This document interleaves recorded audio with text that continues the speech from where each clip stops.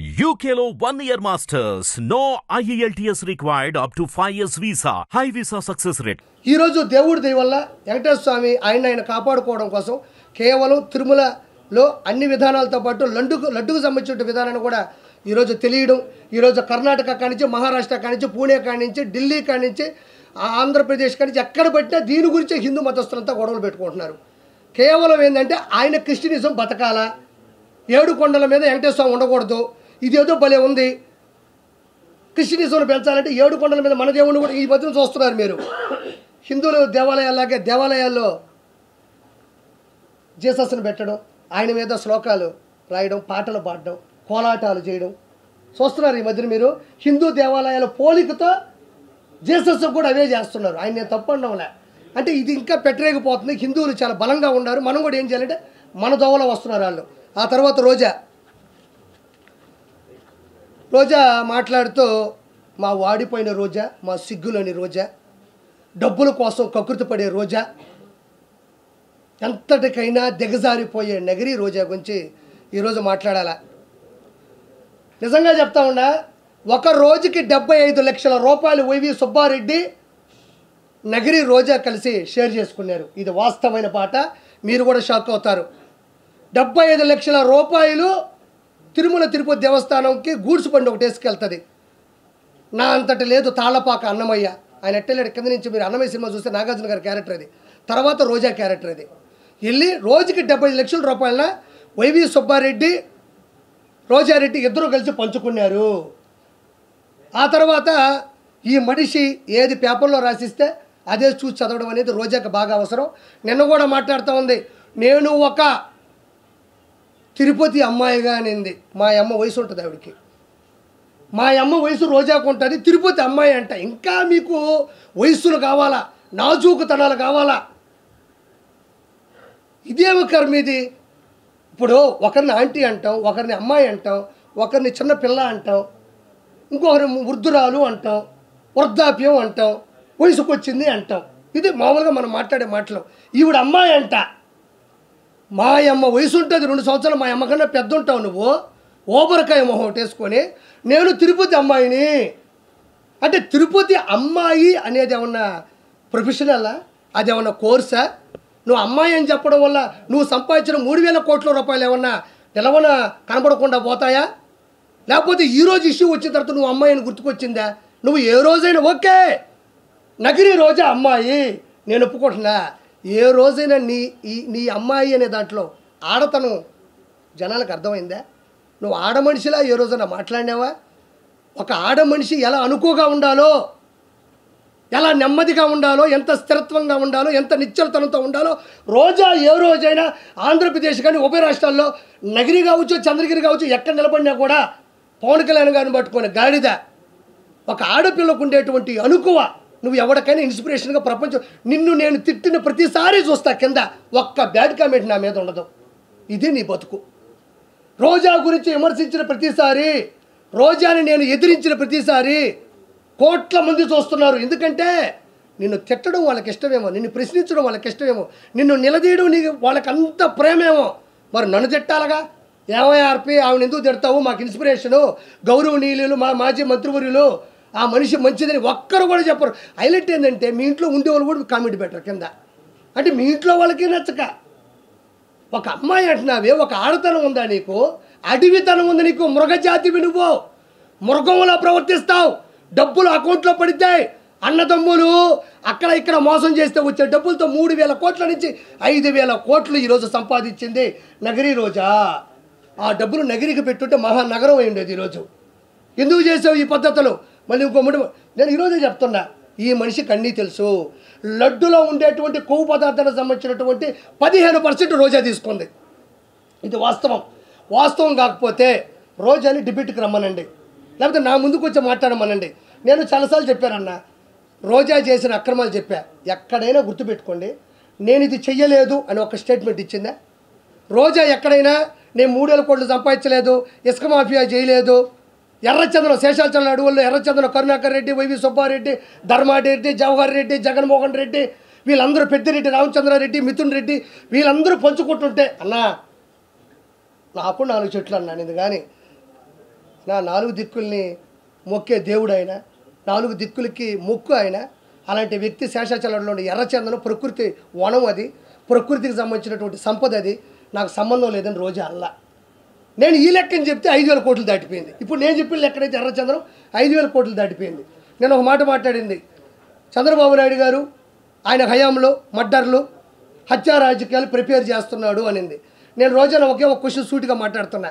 చంద్రబాబు నాయుడు గారు మనుషులు చంపే వ్యక్తిత్వం ఉంటే, హత్యా రాజకీయాలు చేసే పనే ఉంటే ఎంతో కొంత పైపుడుతూ చేయాలి, మనుషులు పెట్టాలి.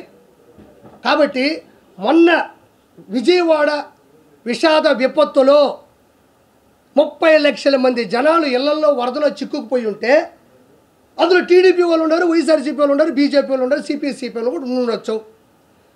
నిజంగా వాళ్ళు వైఎస్ఆర్సీపీ వాళ్ళు చంపేయాలి, హత్యా కుట్రలు చేయాలి, కక్షపూరితోటి రాజకీయం చేయాలనుకుంటే కేవలం వైఎస్ఆర్సీపీ వాళ్ళకి ఆహార పొట్లాలు, నీళ్ళ పొట్లాలు, గ్యాసు సిలిండర్లు, నిత్యావసర సరుకులు ఆపేస్తే సరిపోతుందిగా. ఓవరాల్గా 10 రోజులు పట్టింది కదా జనాలు ఇంట్లో నుంచి బయటికి రావడానికి. వాళ్ళ ఇళ్ళలో కూడా చిన్నపిల్లకాయలు ఉన్నారు, పాల ప్యాకెట్లు కావాలా, కరెంటు పోయింది, కొవ్వొత్తులు కావాలా, తినడానికి ఆహార పదార్థాలు, తాగడానికి పొట్లాలు కావాలా. 4 కార్యకర్తలు పిలిపించి ఇక్కడ ఎవరు వైఎస్ఆర్సీపీ వాళ్ళు అంటే ఖచ్చితంగా లిస్ట్ ఇస్తాడు. కాబట్టి ఇమ్మీడియట్లీ వాళ్ళందరికీ ఇవన్నీ ఆపేస్తే హత్యా రాజకీయం కూడా చేయక్కర్లేదు, వాళ్ళ పాటికి వాళ్ళే పోతారు కదా. ఆకలితో దప్పికలతో అలమటించిపోయి కుంగి కృషించి నశించిపోతారు కదా. 10-15 రోజులు ఎవరు బతకలేరు. అందులో గాలి కూడా ఆడని ఊపిరన్న పరిస్థితుల్లో చంద్రబాబు నాయుడు గారు వైఎస్ఆర్సీపీ వాళ్ళు ఈ వరదల్లో ఎవరు చిక్కుకో ఉన్నారని జస్ట్ డేటా తీసుకుంటే చాలు, హత్యా రాజకీయాలు చేయాల్సిన అవసరం చంద్రబాబు నాయుడు గారికి ఎందుకు? జస్ట్ వరదల్లో కొట్టుకుపోతారు, లేదా ఇళ్లలోనే చచ్చిపోతారు. పోనీ చంద్రబాబు నాయుడు గారు పెద్ద మనసుతో ఎన్ని చేశాడు. కేవలం రోజా మీరు అంటే నీకు నగిరిలో వరదలు రానక్కర్లే, విజయవాడలో కూడా వరదల్లో వైఎస్ఆర్సీపీ వాళ్ళు చిక్కుకున్నారు కదా.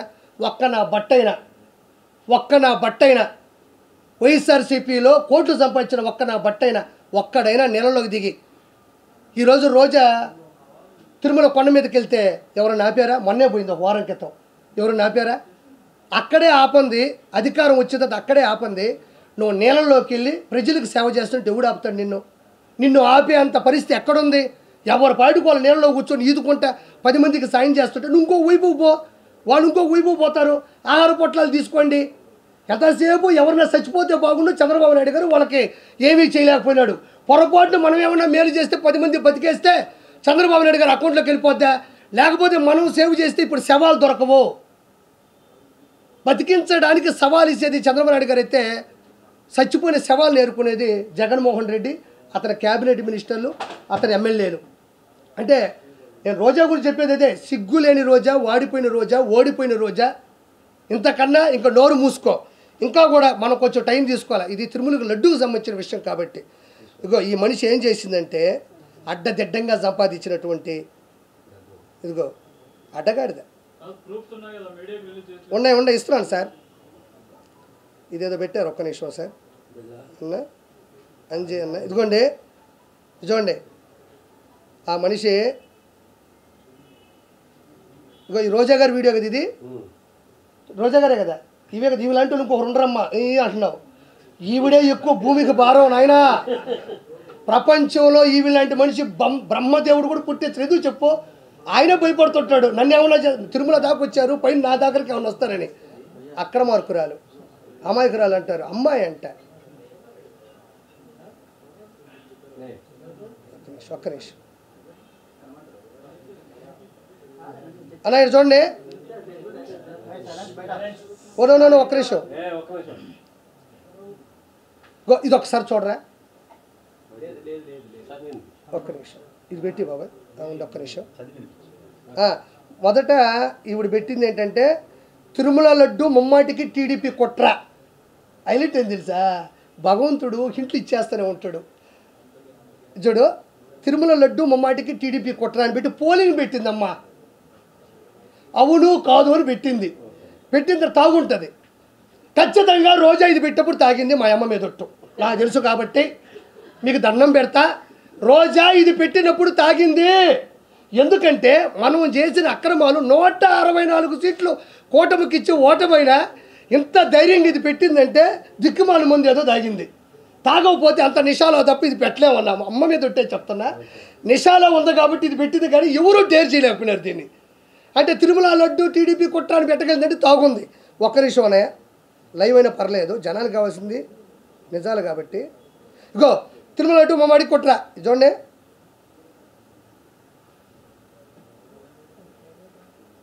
ఏంది బాబా ఇదే? అది కుదుకో అవును కాదు పెట్టింది, అవును కాదని, అవును కాదు అవును కాదు అవును కాదు కట్ చేస్తే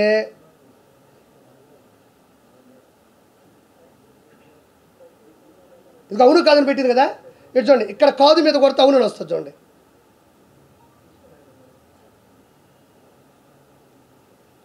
చెమట వల్ల ఇదిగో అవునని కొడితే, ఇదిగో కాదని కొడితే అవునని వచ్చింది.